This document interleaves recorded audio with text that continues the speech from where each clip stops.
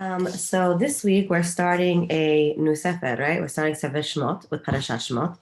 And what I want to do today is a couple things, is sort of transition the context and see what's going on from Sefer Bereshit till Shemot and what to be expected in Sefer Shemot, and specifically to dive into the character of Moshe, but from the standpoint of the influential figures in his life.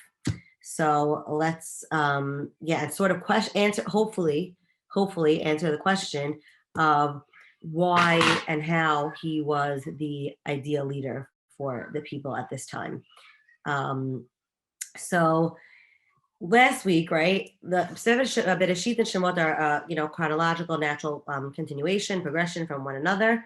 Last week we end the Sefer. We end with the death of Yosef and the reconciliation of with him and his brothers.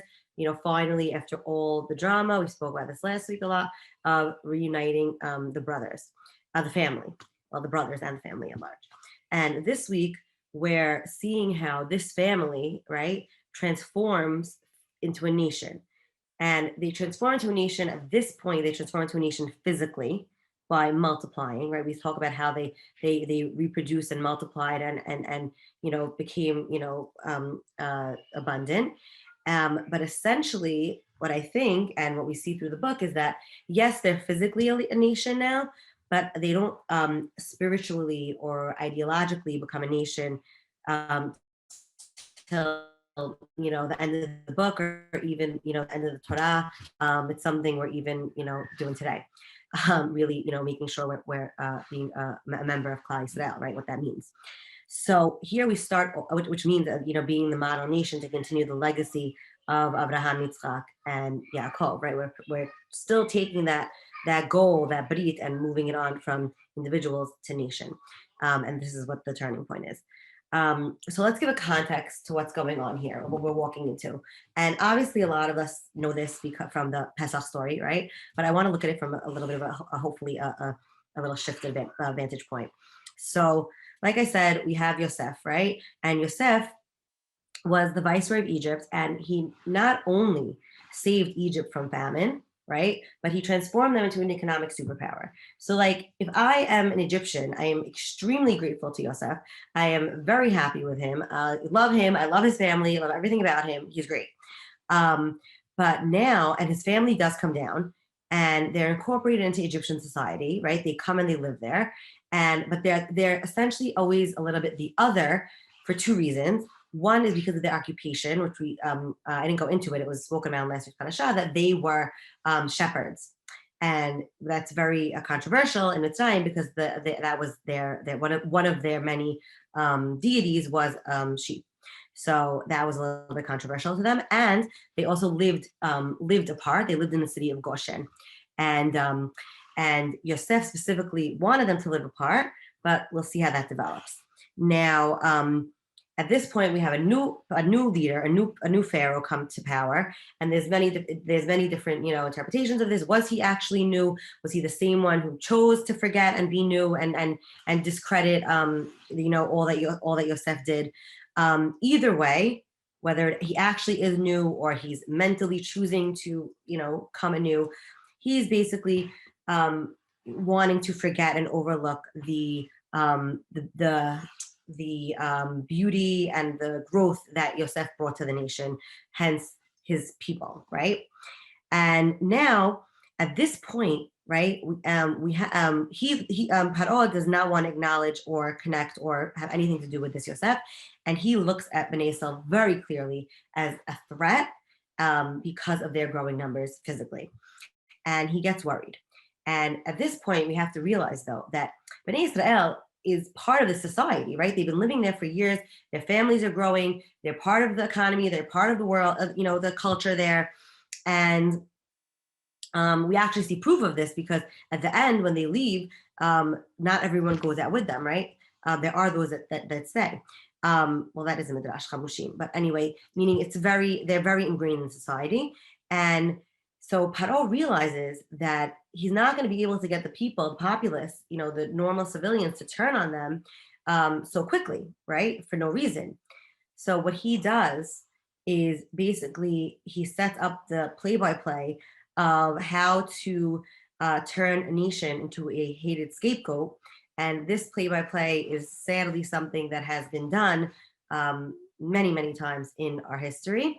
And this is what he does. This is his tactic, basically, to start this whole shift in the way the Egyptians viewed benei Israel.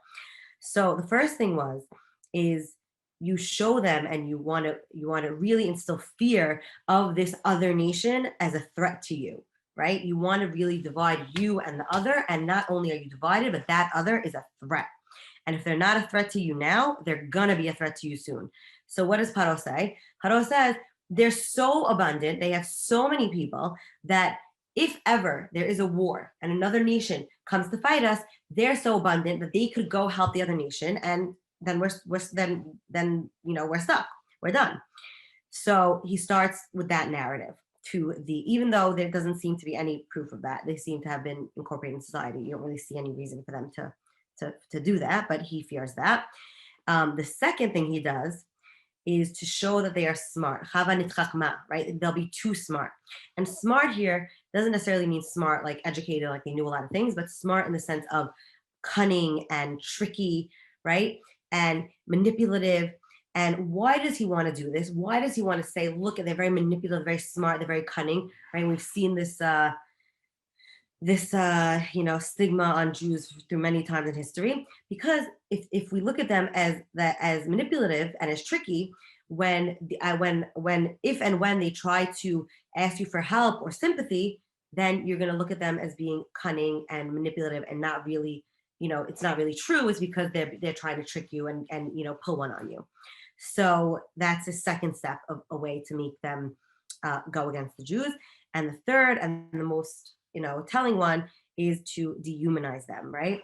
So when you look at another group of people, this is the key part of unfortunately any genocide, if throughout history, is to dehumanize another people. And the way we see he does this is because he uses the word vayishretzu, right? He says from the word of sheratzim, which is bugs, creepy crawly, slithery things, like something you that you don't want with you. You don't want that. They're below you, they're beneath you, they're creepy, they're gross. You don't want to have any part of that. So he starts this narrative to his people, right? He's this propaganda narrative essentially, and it begins to get the hatred of the Egyptians very, very strong, to the point where he's able to start a partial genocide, where he starts to try to kill all the male babies. And he starts this with the Mayadot, with the midwives, and he tells them to kill all the male babies, which we'll get back to in a minute, because I want to talk about that in connection to something else, but put that on the side for a second. We'll get back to that. And then when that doesn't work, right, the Mayadot do not listen to him. We'll talk about that in a second. He then says that everyone should throw the male babies into the river, into the Nile. And this is happening. This happens. And now this is the context. This is the world in which Moshe is being brought into, right? This is the world in which Moshe is being born into. He is brought into a world in a national context of a hated nation, and him being a male child is immediately sentenced to death. And so that's his global national context. But what's his individual context? What is his personal building blocks within his personal self and his personal relationships? So let's go into that. And what I want to go into is really essentially all the important women figures in his life. And they always behind the great man is a great woman. And in Moshe's case, there's many. So let's start. I want to start with his sister, with Miriam. Okay. So Miriam is Moshe's older sister, and the Midrash attributes basically the events that lead to his birth to her. What do I mean? The Midrash says that at the time of Paro's decree to kill all the boys, all the boy babies, Amram, Moshe's father, divorced his wife Yocheved, his mother, Moshe's mother. And why did he do this? I mean, if you look at it in a sense, logically, I mean, we shouldn't know, obviously, but if think about it, why do I want to bring a child into a world where it's a very good chance that this child is going to be taken and taken from me and killed? You don't want that, obviously. So he decided to, according this is all midrash, he decided to divorce his wife, and because he was a very influential person in the community, in the Jewish nation, many people followed suit. And so Miriam, she reprimands her father by saying, Paro decreed on the boys, but you're decreeing on everyone. And basically saying your decree is worse than Paro's. And this triggers Amram, this rebuke from his daughter triggers him to reunite with his wife Yocheved. And when they reunite, she gets pregnant and gets pregnant and gives birth to Moshe. Now, what is this midrash trying to show us about the character of Miriam? Right, it's a very nice story, yeah, right. She brings them back together. They have Moshe, the leader. It's all very nice, but there's more than that, right? What is the midrash trying to read to the deeper meaning of this? Why does this need to be, weaved into the text, right? Which is how we should look at midrash, is something that's adding and helping us understand the deeper meaning of the text. So, what is it showing us about the character Miriam and the context in which she was able to help bring her brother Moshe into the world? Is that she saw that even in the darkest moment, when we feel like all hope is lost and we want to add on layers of protection to ourselves. Now, this could be physical protection, right? In terms of what Amram did, that he physically separated from his wife so they wouldn't have a baby that would need to, eventually possibly be lost, right, to them. Or it could be emotional connection, right? The blocks and barriers and emotional walls that we set up for ourselves, right? When we're in that dark position, we have to always realize, and this is what Miriam did, that there's always something that we could hold on to, and there's always a risk. There's always a risk, but we should always have hope to continue to hold on and take that risk, because we don't know the end of the story. We might think we know the end of the story, right? We might think, but right? If we know, right? Us now reading the story, knowing the ending, we know that it ends well. We know that Moshe comes and saves us, and but in their moment, why would they even have an inkling to think that they would be able to get out of this? It was horrible, right? So we never know the end of the story. So we always have to have hope that there's possibilities that we have not entertained and we don't know, and there's always something that maybe could be on the horizon to better the situation. So with Miriam, we see that she is the hope and the ability to see beyond the darkness, even in our darkest times, and to give purpose to that. And so we see that that a leader, right, especially the leader of benei Yisrael, needs to be brought up in the context of hope and looking at things as broad as abundance of possibilities, because we never know what could be.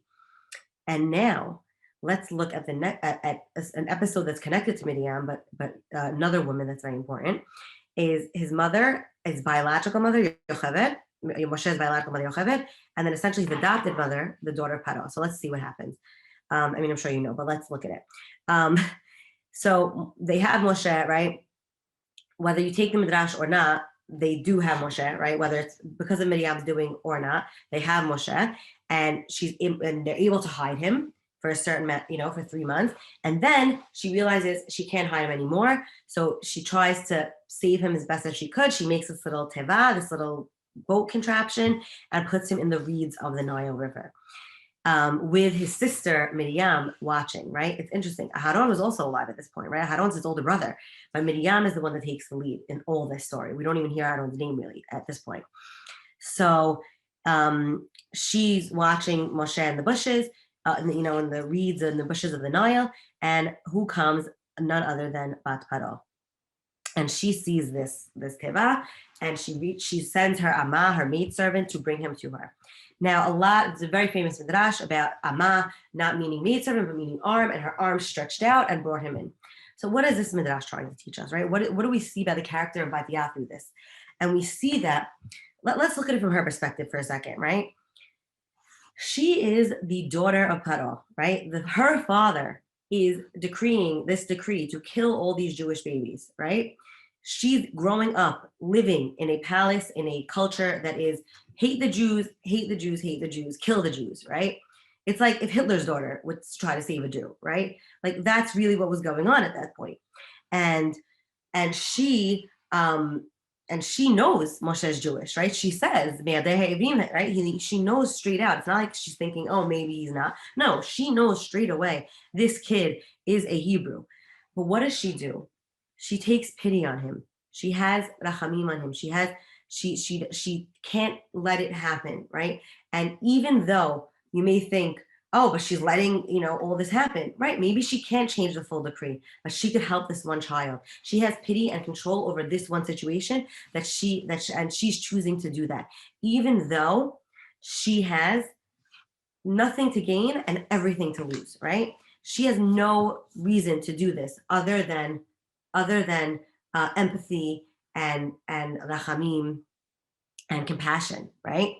And I think this is what the midrash of outstretching her hand, what it's trying to show us is this ability to protect this child was very much out of her reach. We have the expression out of my reach. I'm not capable of doing it, right? This was very out of her reach to do this, right? But she said, I'm not gonna limit myself, right? I have this compassion. I'm drawn to him. I want to help this kid. And even though it's gonna be difficult, even though this is something that I don't necessarily think I could do, or I don't think I'm capable of doing, or I shouldn't be capable of doing, right? It would be very understandable if she would have let him just float away and whatever, like not have any connection with this kid, because that's the world she was growing up in. That was her life. But she said she doesn't. And she becomes his adopted mother. And she not only becomes his adopted mother, but she names him, which is very significant, right? And she names him Moshe, right? Min hamayim meshitihu. I drew you, or I saved you from the water. And this name that she gives him becomes his identity, right? He, the one who was saved from the water, saves the nation through the water, right? He essentially, at the end of the story, we all know, right? Kriyah Yam Suf, he saves the nation by taking them through the water, right? It comes full circle. And we have to realize that he's growing up with her as a mother, right? Essentially, right? And he's learning compassion and thinking, globally and outside yourself from her. And we also see she's called Batya, the daughter of God, right? That's like a very interesting name for a daughter of a pharaoh to have, right? Obviously, I mean, not obviously, but I don't think it was her given name from Paro, right? I think the Torah gives her that name as showing that her act of compassion led her to be a daughter of God, meaning someone who's very connected to God, because she has compassion and rachamim, which is what God has, right? El Rachum V'Chanun, right? And another interesting thing is that the name never changes. Moshe's name, unlike many other people in Tanakh, his name never changes, as significant people in Tanakh. So yeah, we saw through his sister Miriam, he gains hope and risk taking, and through his adopted mother Batya, he has compassion and going and doing things that are beyond your reach, right? We also see when he was at the snare, right? When God chooses him to lead, he says, "Lo ishtevarim anochi." I can't be the one. I'm not a speaker. I can't go talk to Paro. Whether that means he's not an orator or he had a lisp, as the Midrash says, whatever it may be, I can't do this. But God says, no, I'm telling you, you have to and you can. And he goes and he ends up essentially writing Sefer Devarim, right? So showing that we have to break out of our comfort zone, right? To rise to leadership, to really be connected to God and to the nation. So now I want to circle back a minute to the, which I touched upon before, to the Meyaldot, to the midwives. Now, I think the midwives connect to both these ideas of Miriam and Batya, and we'll see how. So the midwives are named in the Tanakh, Shifra and Puah. And the Midrash says, right, in the Pshat, they're two individual people, Shifra and Puah. But the Midrash attributes them to being Yocheved and Miriam, Moshe's mother and sister. And let's look about them and see why we connect them to that. So basically, when every Jewish baby is born, Paro tells them that we have to also think about how babies are born at the time. They were born on the birthing stool, right? There was a stool, not like today in the hospital where you're lying down. They would be sitting on these birthing stools, which are actually much more conducive to labor and health go get a doula. But anyway, it's more biologically, sound to do that. But anyway, so they would be birthed on a birthing stool on a stone. And so Paro told them, basically, take the baby, bang it on the bottom, and kill it essentially, and then tell the mother that it was a stillborn, so that the baby died, and trying to cover it up that way. And they don't do this. The me'adot, it says they're fearful of God, right? They don't do this because they are Yirei Hashem, right? Yirei Elohim, and they lie and they tell Paro, when Paro confronts them and says, "Why didn't you do this?" He says, they say, "Well, the women, they're not like sea women. They're like animals. They give birth so quickly that by the time we even get there, they're done and they have the baby, and we can't do anything about it." And that's when he shifts to the whole take the babies and throw them in the river. It works out well for them, right? He believes them, but he could have this was a huge risk they were taking. And the Hachamim talk about how not only did they take this risk, but they basically started a whole underground in Me'adot where they told, do this also, tell Paro this, don't kill them, right? They were the leaders of all this whole thing, taking huge risks and having hope for the future, just like Miriam and Yocheved did, right? So that's why I think the Midrash connects them to Miriam and Yocheved. But I find it even interesting. I think I read this in Rabbi Sachs, but I find it even more interesting that the Pshat says that they could be not even Jewish. They could be me'adot ha'ivriot, not meaning that they were the Jewish midwives, but they were the midwives for the Jewish people, right? For the Jewish women. So I think in a way that makes it even greater, that connects them to Bat Paro, right? To Batya, that even though they are now part of Am Yisrael, they have a tremendous amount of compassion to these children and to their mothers, and refuse to follow Paro's decree and essentially save all these children. So those all, I'm going to stop here for a minute. These are all the women in Moshe's early life, right? His birth, his childhood, and we see how they shaped him and formed him. Now I want to talk about another woman in his life, in his later life, his wife Sipora. So Moshe has to run away to Midian. We'll talk about that in a while, in a minute. And he ends up marrying Sipora, the daughter of Yitro, the Kohen Midian. And then after he gets his command from God to go back to Mitzrayim to save the Jewish people, on the way back, there's these weird few psukim. I'm not going to go so into them. I'm going to talk about one point from them. But there's these very weird few psukim where it seems like God is trying to kill Moshe, and then Sipora does a brit milah on her son, and then he's saved, and Moshe survives, and he doesn't kill him. Very weird story. But there's a lot to go on that. It's but what I want to take out of that is, what is brit milah? Brit milah is the brit between us and God, right? Starting from Abraham Avinu, that we're the chosen people, that we're the chosen nation. It's the brit that signifies our connection and our partnership with God. And we see that his wife Sipora was very in tune to that brit and helps him connect to that brit with his son. So we see this immense need for a partnership and connection with brit through his wife Sipora. And so again, to summarize, compassion, risk-taking, having hope. These are all building blocks to what and brit, right, connection with God. These are all building blocks to what a leader needs, especially at this time of helping redeem benei Israel. So now the question is, and we obviously know the answer, but the question is, does he live up to this? And yes, he does. But let's talk about how and what we see that he shows that he is able to do this.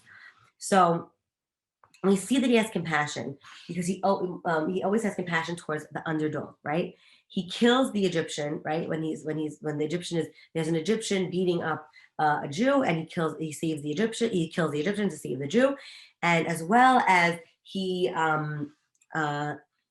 breaks up the fight between two Jews fighting, and he says, "Rasha lama tikerecha," right? He has compassion for the underdog. We also see that when he goes to Midian and he gets to the be'er, he gets to the well, and he sees that the shepherds, the male shepherds, are bullying the daughters of Yitro, and he defends them and takes a risk to help them, because essentially you could imagine that there were many shepherds and just one Moshe, and he was able to take a risk to help the daughters of Yitro. And I said this before, but even though he's afraid that he's not a ish devarim, he's able to be the one that allows us for redemption. And I think what it's telling us here is that even that we are in a worse that even now, when we're in such a bad state, not now meaning in the story, that in we're such a bad state as a nation, and we think there's no end in sight, God doesn't forget us. And God says, right, at the end of this parasha, right, we think that things are getting better, but they only get worse, right? Paro gives them more work. Paro makes it harder for them. And Moshe says, what's going on? Why did you even send me?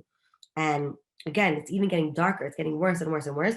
And God says, don't worry. Now you'll see what I'm going to do. And then obviously next week's parashiot, we see the Makot and the Yetziat Mitzrayim. So again, that has to do with having hope in the darkest hours and taking a risk and maintaining that brit, right? And maintaining brit and not giving up hope. Not giving up hope shows that I still believe in the brit with me and God as a nation. And I think that that we see these themes in Sefer Shemot and Sefer Reshit and these ideas, right? We could go even back, right? Of brit and compassion and chesed and all these things we see from the Avot to Yosef that help us transform from family to nation. Okay, so I think that this parasha of Shemot is the perfect, obviously it's the perfect way, but it's the themes are the exact transition of how we go from family to nation and only keep growing in our connection to God, essentially with Matan Torah and Knisa La'aretz. And I want to basically sum up and end with this last point, is that there's a midrash, right, that says b'schut nashim tzidkaniyot negalu avotenu mitzrayim, because of women that were sadikot, sadkaniyot, that we were able to get redeemed from Mitzrayim. Now, and this is why that women have to have a part in the seder, and women have to drink the cups of water. Why it's such we're such a crucial part of Pesach. Now, in my opinion, this is not only because the women themselves, they say as a whole, the women maintained hope. There's a midrash that the women used to, even though there was like no hope, they would go and they would bring whatever food they had to their husbands, and they would, get beautiful for their husbands and be with them so that they would have children and procreate and build a nation even in the darkest times. And so that obviously is a big leap of faith and connection that the women had in general. But I think also a deeper, from hopefully what you take away from all of this is that all these women who built up the leader of benei Yisrael to take us out, they were the ones who were able to have us redeemed, because these women, Yocheved, Sipora, Miriam, Batia, they were the ones who put the building blocks, the foundation, allowing Moshe to be who he ultimately needed to be as our leader and redeemer. And I think that that's really what's gonna be the theme of the whole book is not only us growing into and being birthed as a nation, but also Moshe growing and being birthed into a leader. And this will ultimately, I think, come to fruition at the end of Sefer Devarim, right? So yeah, exciting stuff, new book, and hope you come along. Thanks.